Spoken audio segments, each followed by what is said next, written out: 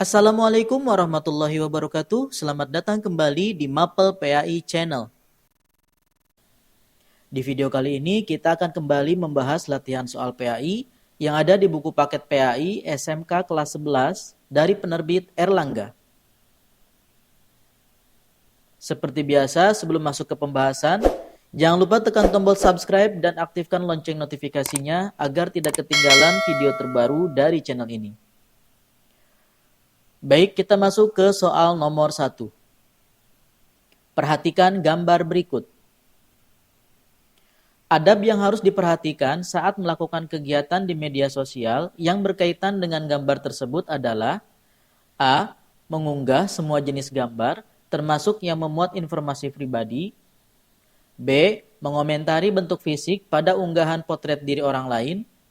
C. Memberi komentar dengan kata-kata kasar sebagai bentuk kekaguman. D. Mengunggah gambar yang mempertontonkan aurat. E. Memilah dengan cermat konten gambar yang bisa dikonsumsi umum untuk diunggah. Jawaban yang benar adalah E. Memilah dengan cermat konten gambar yang bisa dikonsumsi umum untuk diunggah. Soal nomor 2. Perhatikan pernyataan berikut. Saat ini media sosial dapat diakses dengan berbagai jenis alat komunikasi sehingga hampir semua kalangan dapat menggunakannya. Oleh karena itu, media sosial bukanlah hal yang asing lagi di masyarakat. Meski demikian, tidak semua pengguna media sosial mengetahui dan menerapkan adab dalam bermedia sosial. Dari pernyataan tersebut, hal yang harus diterapkan ketika menggunakan media sosial adalah A. Tidak ada rasa ingin tahu terhadap berita-berita yang beredar. B. Mengecek kebenaran berita sebelum dibagikan kepada pihak lain. C. Setiap berita yang dianggap penting harus segera dibagikan tanpa dicek. D. Medsos adalah sarana hiburan, jadi tidak perlu serius menanggapi berita. E. Menganggap semua berita yang ada di media sosial merupakan berita bohong. Jawaban yang benar adalah B. Mengecek kebenaran berita sebelum dibagikan kepada pihak lain. Soal nomor 3. Perhatikan terjemah Quran Surah Al-Hujurat ayat 11 berikut. Wahai orang-orang yang beriman, janganlah suatu kaum mengolok-olok kaum yang lain, karena boleh jadi mereka yang diolok-olokkan itu lebih baik dari mereka yang mengolok-olok. Dan jangan pula perempuan-perempuan mengolok-olok perempuan lain, karena boleh jadi perempuan yang diolok-olok itu lebih baik daripada perempuan yang mengolok-olok. Janganlah kamu saling mencela dan saling memanggil dengan julukan yang buruk. Seburuk-buruk panggilan adalah panggilan fasik setelah beriman. Siapa tidak bertobat, mereka itulah orang-orang zalim. Dari terjemahan ayat tersebut, dijelaskan dalam bermedia sosial ada adabnya. Salah satunya tidak boleh melakukan A. Update status. B. Body shaming. C. Hate speech. D. Like status. E. Doxing.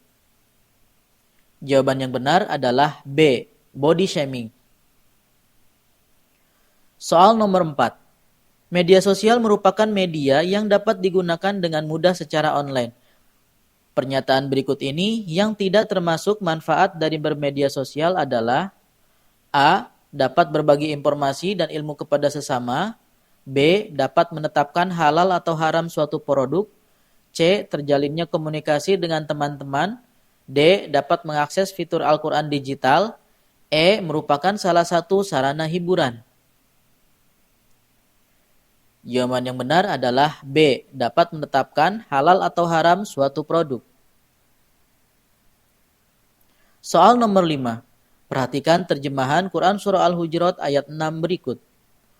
Wahai orang-orang yang beriman, jika seorang fasik datang kepadamu membawa berita penting, maka telitilah kebenarannya, agar kamu tidak mencelakakan suatu kaum karena kamu menyesali perbuatanmu itu. Dari terjemahan ayat tersebut, bila mendapatkan berita, harus melakukan tabayun terlebih dahulu. Maksud dari tabayun adalah A. Memeriksa atau menyelidiki kebenaran akan sesuatu. B. Kegiatan membongkar atau menyebarkan informasi pribadi seseorang.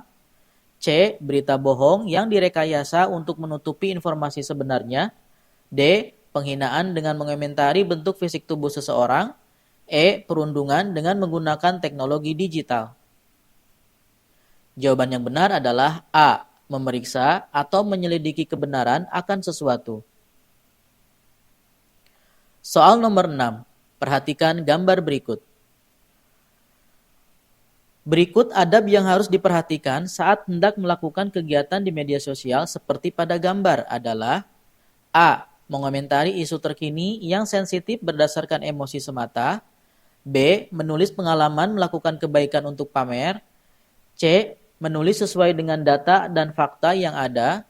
D. Menulis dengan ketidaksukaan terhadap kelompok tertentu.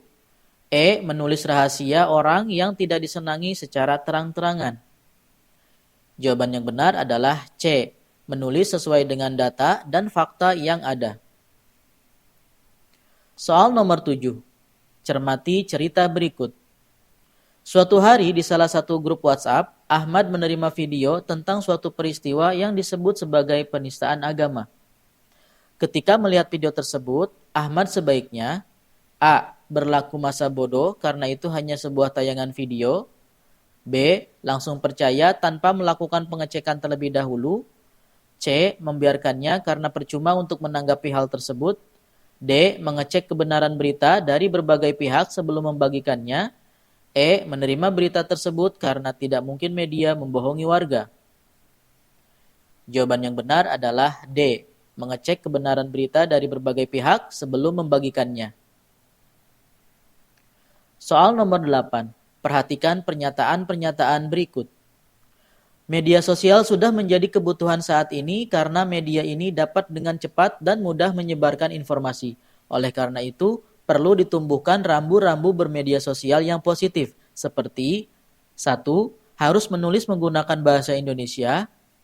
2. Menghindari ghibah, fitnah, namimah, dan tajasus. 3. Tidak membuat konten bertema agama.